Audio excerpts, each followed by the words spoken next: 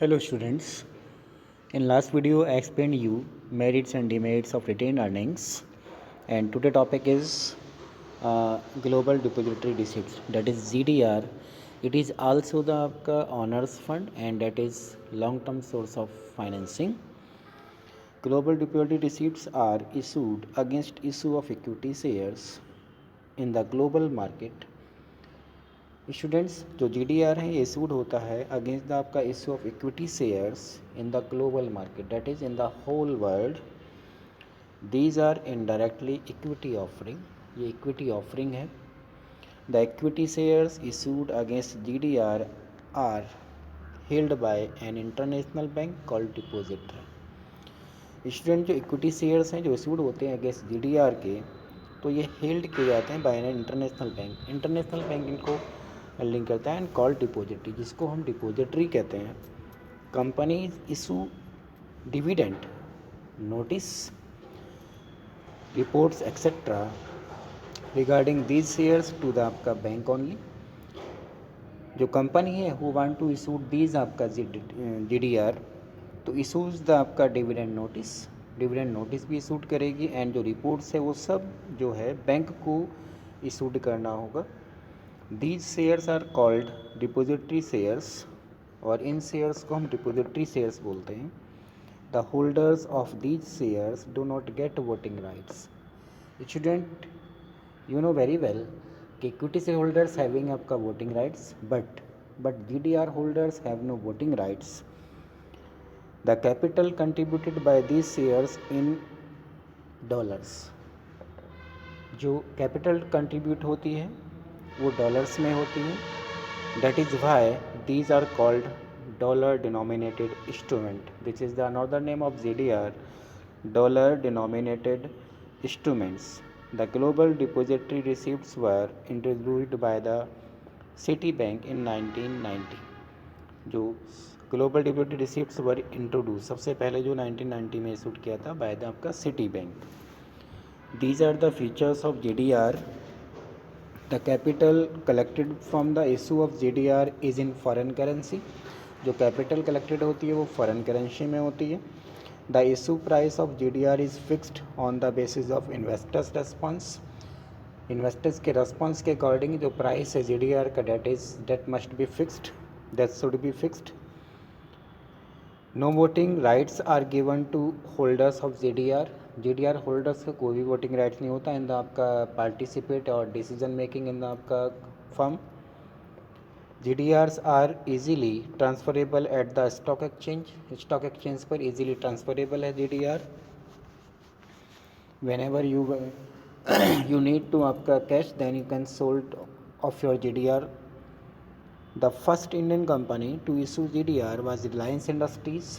भारत की जो इंडिया की जो सबसे पहली कंपनी है जिसने GDRs को शूट किया डेट इज़ आपका Reliance industries, and it sold 150 million worth of GDRs in 1992. 150 millions का GDR जो है इन्होंने सेलिंग किया था 1992 में. It's clear.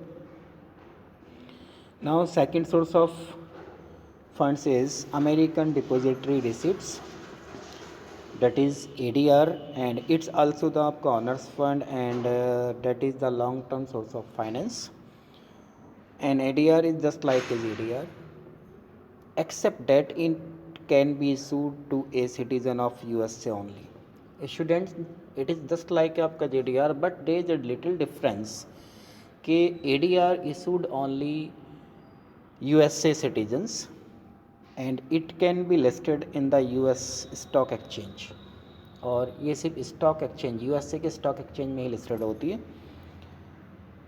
Shares issued by the company are held by an international bank. जो शेयर्स हैं इशूड किए जाते हैं कंपनी के थ्रू वो एक इंटरनेशनल बैंक के द्वारा होल्ड कर लिए जाते हैं, कॉल्ड डिपोजिटरी, जो हमारा डिपोजिटरी कहलाता है. Which receives dividend notice and reports. ठीक है, जो सारी डिविडेंड नोटिस और रिपोर्ट्स को रिसीव्स करता है. And ADR are subject to much stricter disclosure requirement than GDRs because regulations of US stock exchange are very strict. Means कि GDR जो है, GDR यानी कि ADR जो है वो बहुत ही कह लीजिएगा स्ट्रिक्ट रिक्वायरमेंट है, स्ट्रिक्ट डिस्क्लोजर्स होता है, क्योंकि जो USA के rules and regulation that is very strict. Annual legal and accounting cost of maintaining an ADR are much higher than GDR. यानी कि जो इसका एक्सपेंसेस है मेंटेनिंग करने का ADR का, that is very high then the आपका GDR. And ADR is an American dollar denominated instruments. ये हमारा अमेरिकन डॉलर डिनोमिनेटेड इंस्ट्रूमेंट्स कहलाता है. Any American bank functioning as a depository can issue ADR. America का कोई भी bank वो depository का फंक्शनिंग कर सकता है एंड इशू ADR.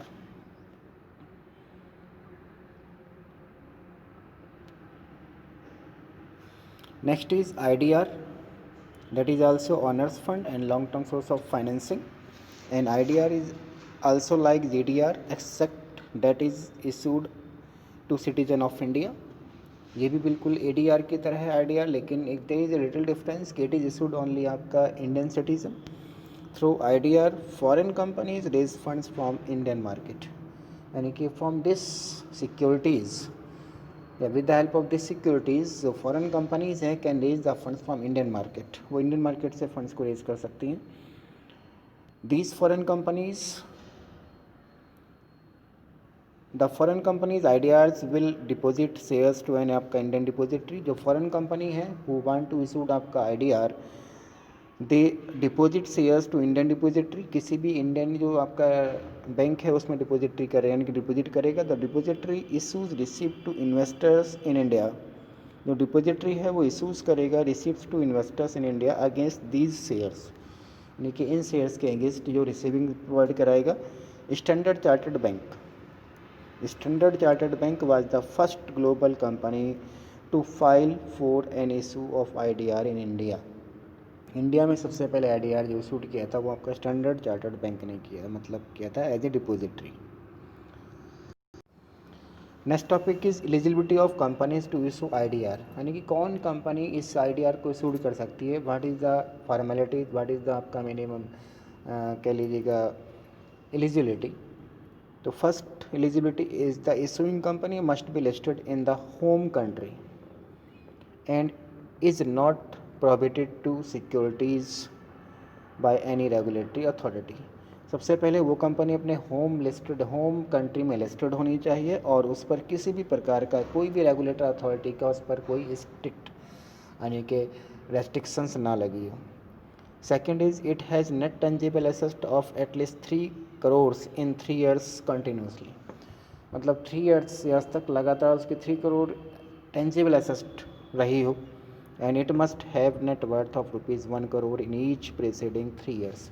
और वो हर साल 1 करोड़ रुपीज़ वो आपका